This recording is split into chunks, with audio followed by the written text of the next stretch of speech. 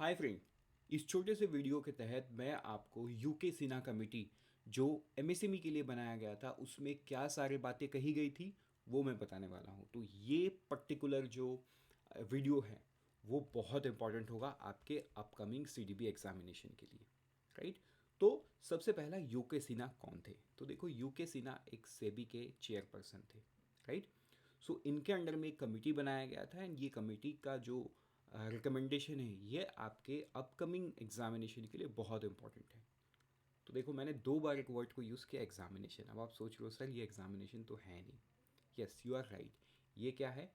ये है आपका interview. So this is gonna very important for your interview, right. तो इस वीडियो के अंत तक आप बने रहो so that you get to know the details of UK Sinha committee on MSME. So friends, very good evening and welcome to IXMB. सबसे पहला देखते हैं why so much of MSME, मतलब क्यों इतना एमएसएमई को लेके इतनी सारी बातें, इतनी सारी चीज़ें कही जाती हैं। देखो, एक तो एमएसएमई को बोला जाता है growth engine of India, union budgets में बोला जाता है, कई सारे मिनिस्टर्स अपने कमेंट के दौरान कहते हैं। उसके बाद कई सारे मीडिया हाउसेस जब एमएसएमई या सीडीबी के बारे में न्यूज़ लिखते हैं तो कहीं ना कहीं ये ग्रोथ इंजन वाली बात आ जाती है। तो ये ग्रोथ इंजन क्यों इन्हें बोला जाता है? अगर एक सिंपल डेफिनेशन भी देखो, आपको अभी एट दिस मोमेंट ना डिस्क्रिप्टिव लिखना है ना ऑब्जेक्टिव सॉल्व करना है, आपको देना है इंटरव्यू। तो आप जितने शॉर्ट तरीके से चीज़ को बोलोगे उतना बेटर आप साउंड करोगे। Simple, why it is known as growth engine? Because it contributes 1/3 in the GDP. ठीक है, जीडीपी का 1/3 हिस्सा किसका है? एमएसएमई के कंट्रीब्यूशन से भरा पड़ा है। तो अगर मैं बताऊं $4 ट्रिलियन देश का इकोनॉमी है तो उसमें 1/3 एमएसएमई से आता है।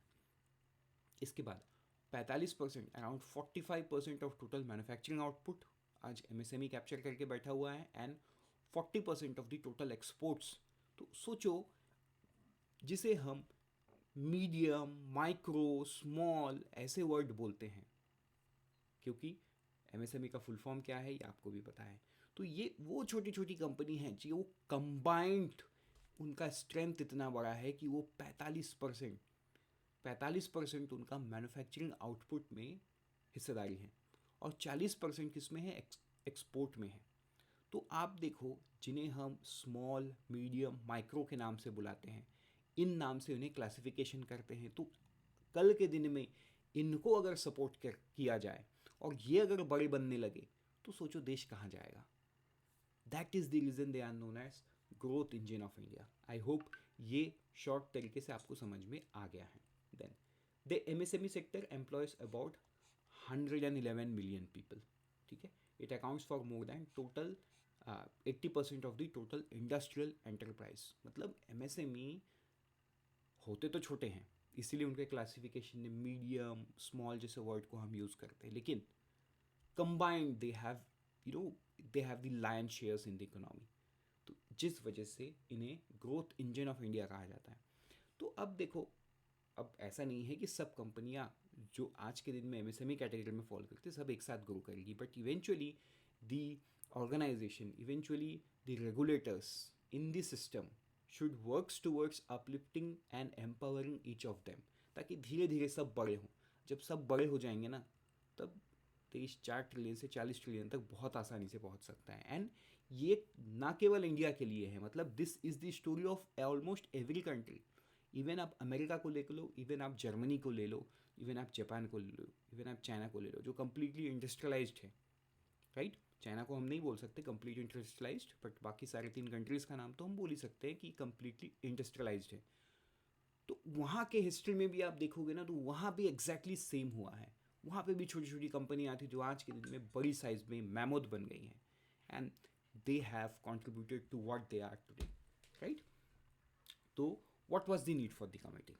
अब हम नीड पे बात करते हैं। हमने रिक्वायरमेंट को समझ लिया कि ग्रोथ इंजन है, सब छोटे हैं, सब बड़े हो गए तो देश 4 ट्रिलियन से 40 ट्रिलियन पहुंच जाएगा, मतलब बात की बात।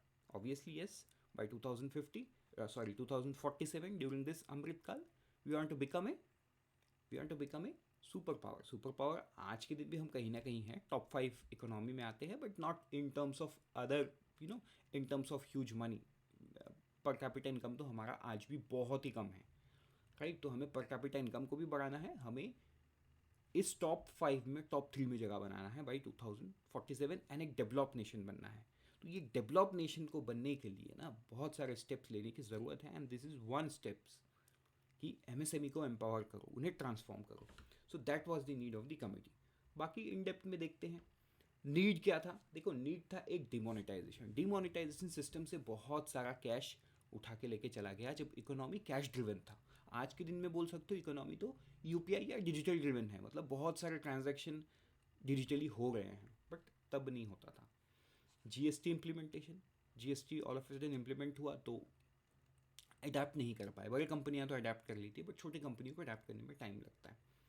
सो एंड कुछ लिक्विडिटी क्रंच, जिस वजह से ये कमेटी के नीड को फील किया गया। तो ये कमेटी किसने बनाया? सीधा सिंपल जवाब है रिजर्व बैंक ऑफ इंडिया ने बनाया। किसने बनाया? आरबीआई ने बनाया। RBI appointed 8-member expert committee bye farmer SEBI chairman UK Sinha to comprehensively review and propose long-term solution for revival of the MSME sector। ये सारा नाम आप देख सकते हो। ऑब्वियस सी बात है ये सारा नाम आपको याद नहीं रखना है, लेकिन यूके सिन्हा का नाम 2019 आरबीआई और 8 लोग थे इसमें, ये याद करना ज़रूरी है। 8 लोग including UK Sinha ji. Right, I hope this is clear. Committee की रिकमेंडेशन की बात करते हैं, शॉर्ट एंड सिंपल, क्योंकि मैंने बोला था वीडियो छोटा होगा। तो देखो रिकमेंडेशन में टू सॉल्व लिक्विडिटी क्रंच हमने देखा था, एक लिक्विडिटी क्रंच था, एक था सुपरवाइजरी साइड में कि क्या चेंजेस सुपरवाइजरी साइड में कर सकते हैं। Creation of 5,000 crore distress asset fund to assist unit in clusters. Distressed time पे ये फंड उन्हें बहुत हेल्प किया, कंपनी को डूबने से बचाया गया एंड कंपनी ग्रो कर पाई। Government sponsored fund of rupees 10,000 crore, again almost with similar kind of objective. PSB loans in 59minute.com, ताकि इमीडिएटली उन्हें लोन मिल पाए। राइट, जब भी उन्हें वर्किंग कैपिटल, क्योंकि एमएसएमईज को वर्किंग कैपिटल का नीड बहुत होता है। राइट, मतलब दे डोंट हैव, और you can say they don't sit on much working capital. वो सामान बेचते हैं and they realise the profit and then reuse that money to generate the next output. Right, most of them, मतलब that is their classification ना, वो छोटी company है तो ऐसा ही होता है। तो उन्हें वर्किंग कैपिटल का जो क्रंच है ना उसको सॉल्व करना बहुत इंपॉर्टेंट है। तो एक timeline of 7 to 10 days need to be fix for disposal of application in principle approval. Timeline को फिक्स किया गया। Threshold loan should be enhanced up to 5 crore, ये इन्होंने लिक्विडिटी क्रंच को सॉल्व करने के लिए बताया। सुपरवाइजरी साइड में सीडीबी के रोल को एक्सपैंड करने के लिए बताया। अब आए आपके काम की बात, ठीक है। CDB must expand the credit markets for MSME in undeserved districts and region, provide new source of funding through developmental of additional instrument of debt and equity। Supervisory side में भी सीडीबी को बोल दिया कि भाई आप अपने दायरे को बढ़ाओ, नया प्रोडक्ट इंट्रोड्यूस करो, देखो आप लोगों को किस प्रकार से और हाथ फैला के हेल्प कर सकते हो, इन सिंपल सेंस। ठीक है, तो ये था सुपरवाइजरी साइड में। रिकमेंडेशन में और भी उन्होंने लोन अंडर मुद्रा में क्या कहा, लिमिट कोलेटरल फ्री लोन का 20 लाख कर दिया जाए, शिशु स्कीम 50,000 तक कर दिया जाए, Kishore 50,000 and up to 5 lakh would be Kishore, Tarun में भी 5 lakh up to 10 lakh. Right, तो इस प्रकार उन्होंने चेंज किया। कुछ एमएसएमई एक्ट में भी उन्होंने बताया, कुछ मिसलेनियस रिकमेंडेशन जो यहाँ पे लिखा हुआ है, जो आप पढ़ोगे तो आपको आसानी से समझ में आ जाएगा, है ना। तो ये सारा रिकमेंडेशन उन्होंने किया था।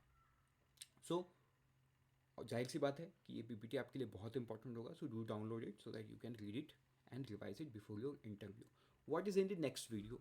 देखो नेक्स्ट वीडियो में एक तो आपको क्या चाहिए वो आप कमेंट सेक्शन में बताओ। मोस्ट इंपॉर्टेंट थिंग कि आप कमेंट करो। आप वीडियो देख के चले जाओगे, मुझे पता ही नहीं चलेगा कि आपको रिक्वायरमेंट किस चीज़ की है। हो सकता है मैं एक ऐसा वीडियो बनाऊंगा जिस वीडियो की आपकी रिक्वायरमेंट है ही नहीं। So let me know the requirement. आप कमेंट सेक्शन में लिख दो तो मुझे समझ में आ जाएगा कि आपको क्या चाहिए। Second, important schemes of the CDB, ये मेरे दिमाग में है, क्योंकि देखो उन्होंने रिकमेंडेशन तो दिया है, लेकिन सीडीबी ने उस बेसिस पे क्या एक्सपेंशन किया है, this is what I think should be the next video. If you think the same please like and tell yes sir. ये वीडियो जल्द से जल्द बनाओ। I promise you the video is gonna come soon. With this thank you and all the best. आप देख सकते हो हमारा class list which is already started. We are having class regularly, people are attending, so आप भी attend कर सकते हो। All the best. मिलते हैं किसी दूसरे वीडियो में। Till then always remember we help you prepare 50% faster.